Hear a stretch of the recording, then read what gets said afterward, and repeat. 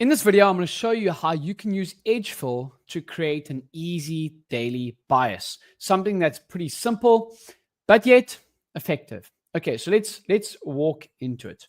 But before we get into it as well, make sure to go check Edgefill out. And then also go check our live streaming services, ASFX TV, to see how I actually use these Edgefill reports live in the real-time markets. Currently, it's a weekend, so I'm filming while, obviously markets are closed, besides crypto if you're a DJ, right? But let's get right into it.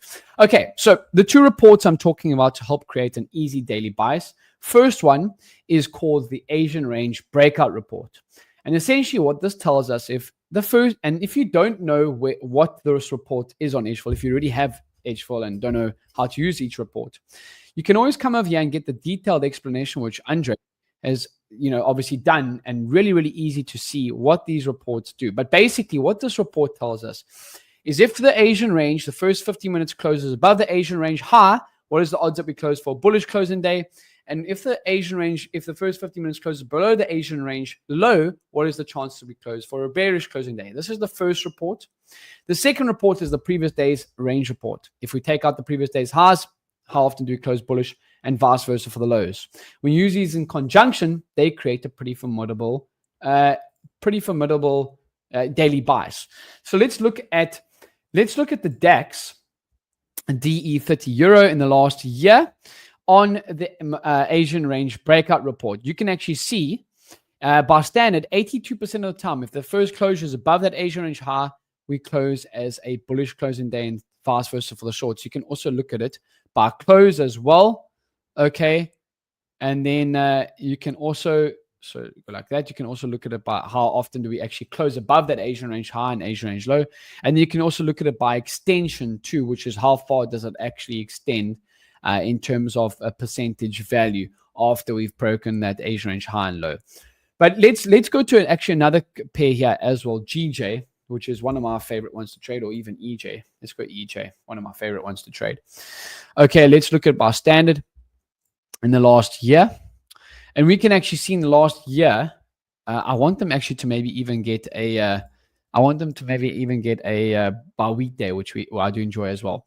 But if we close below the Asian range low 81% of the time, 82% of the time, and the Asian range high 81% of the time, we close bullish. If we take out the highs, Asian range highs and lows for 82% of the time. Okay, so let's go to EJ.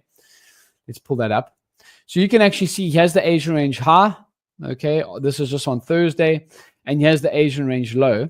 Okay, so basically you can see the first 50-minute closure was below that low. So now what we can do is we below the low and also trading below that previous day's low as well. So combining those two reports gives us strong conviction in our trade. Okay, where we actually where we don't have conviction in trade, here's where on Friday the 31st of Jan, the first 50-minute close is above the high, but we actually have taken out the low. So that's maybe a day where you actually stay away from it.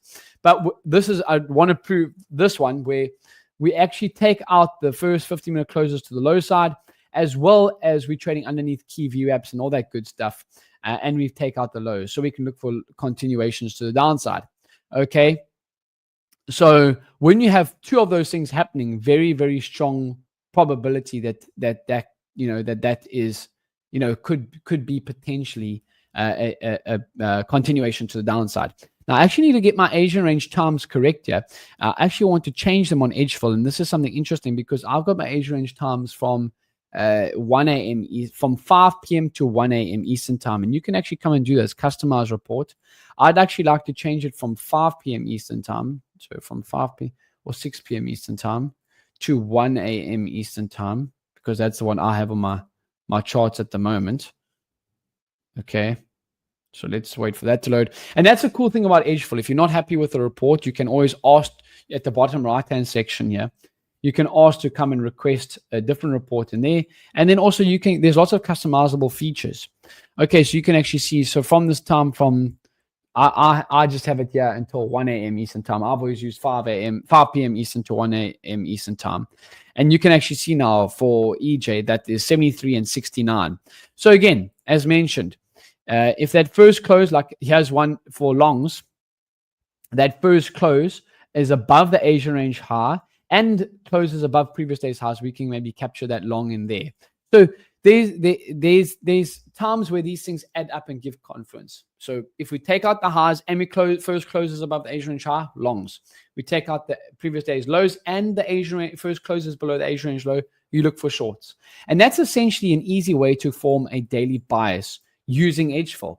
There's plenty of other reports over here that you can use too, but I think these are very, very nice in terms of a simple way, particularly if you are trading most of the time some currency pairs in the London session or DAX in the London session. That does help with forming a daily bias that is very simple yet effective.